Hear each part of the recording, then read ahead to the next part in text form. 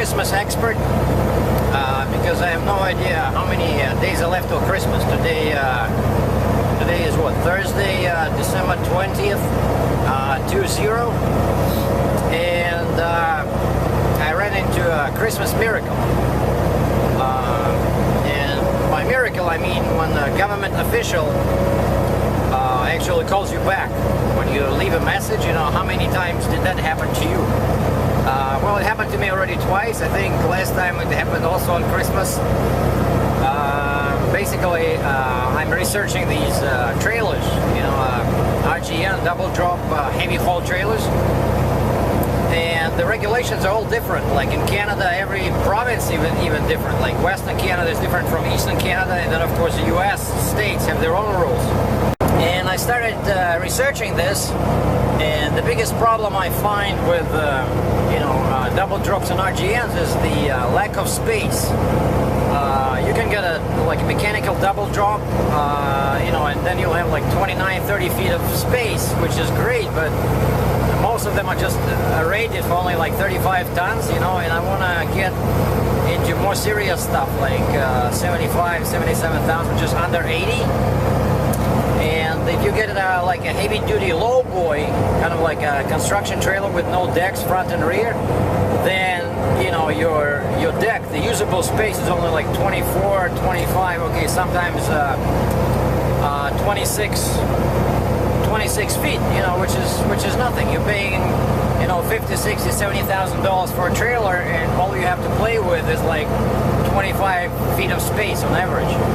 And one way to beat this problem is to get a flip axle. You can get like a double drop trailer, you know, with a long well, a long usable deck, and then you can just but because you cannot hold too much weight with two axles, you just put, you get a flip axle. So I called this guy at the Ministry of Transportation of Ontario. It's kind of like a DOT in US. Only here it's called MTO. And I left a message asking if using a flip axle in Ontario would be legal, because I am from Ontario, Canada. You know, even though I spend a lot of time in US. For example, now I'm driving on Highway 117 in North Carolina. Doesn't look like December, does it? Beautiful. And I just loaded these Sea-Doo, boats and sea bikes up in Quebec, Canada. It was all snow, like minus 5 Celsius, I think it was, like 25 Fahrenheit. Awful. Here it's like beautiful.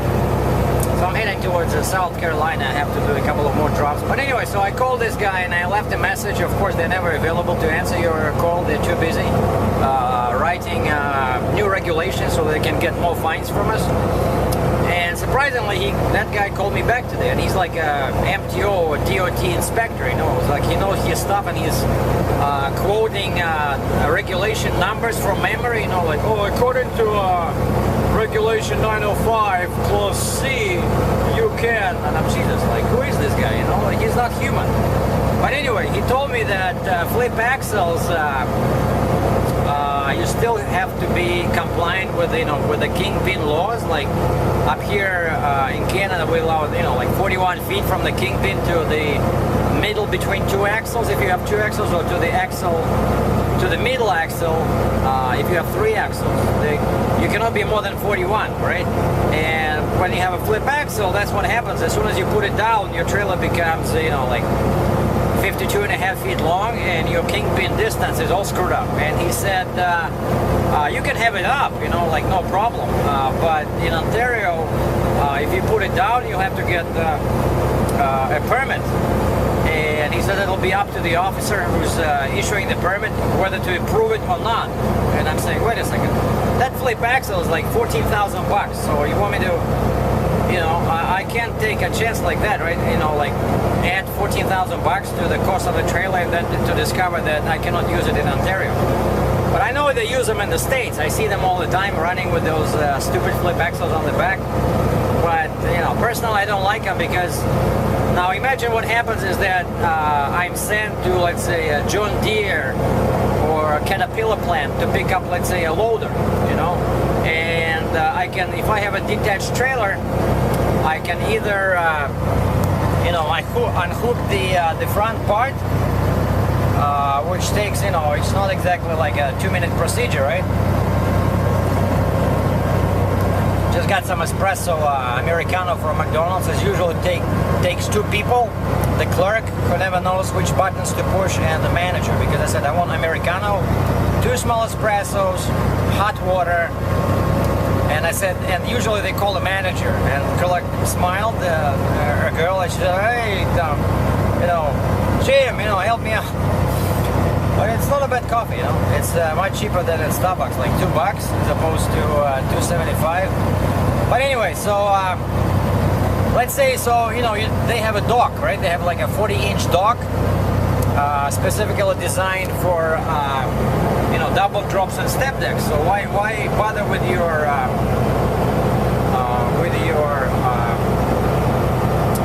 gooseneck and detachment when you can just drive back to the dock? Now imagine you have a flip axle sitting there on your rear deck, so now you have to go in the back, the forklift guy, you know, help you drop it down, because of course it weighs a ton, right? You cannot just drop it down by yourself, you know. So each time you have to ask people to put it down, and then when you load, of course, if that loader that you picked up is only, let's say, I'm just guessing, let's say a small one, like 35,000 pounds, then you don't need that flip axle on the ground, so you have to ask him again to lift it, you know.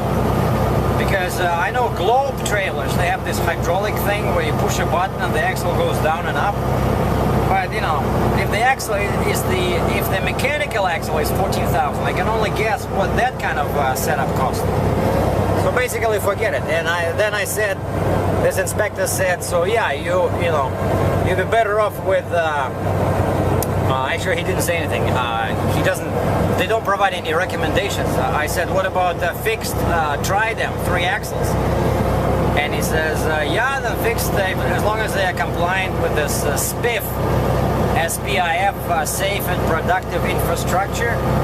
Basically 41 to kingpin, no lift axles, unless they are steerable, like self-steer. So they allow them, but I mean the trailer cannot be more than 53. And a lot of trailers in US, like Low Boys, I find that that's what they do, you know, they don't care about the kingpin. They just make the trailer a bit shorter than 53 and they think that they're okay, you know, and the kingpin to the axle too is like 44 feet, you know. I know, I can get a ticket for this in Canada for sure. And a lot of these heavy haul trailers in US, they have a rear lift axle, kind of like air lift or electric lift. And basically, that's legal in US, right? But I mean, as soon as you cross into Canada, even if you're empty, you're supposed to. They don't want to know. I mean, that's what I'm figuring. If I get a trailer like that, you know, as soon as I cross into Canada at the border, I'll just, you know, flip that axle down.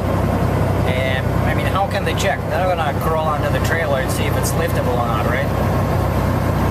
Or maybe they will. Some of them are, you know, that persistent.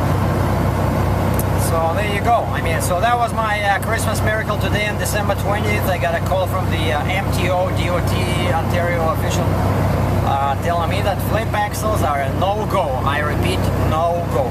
Thanks for watching.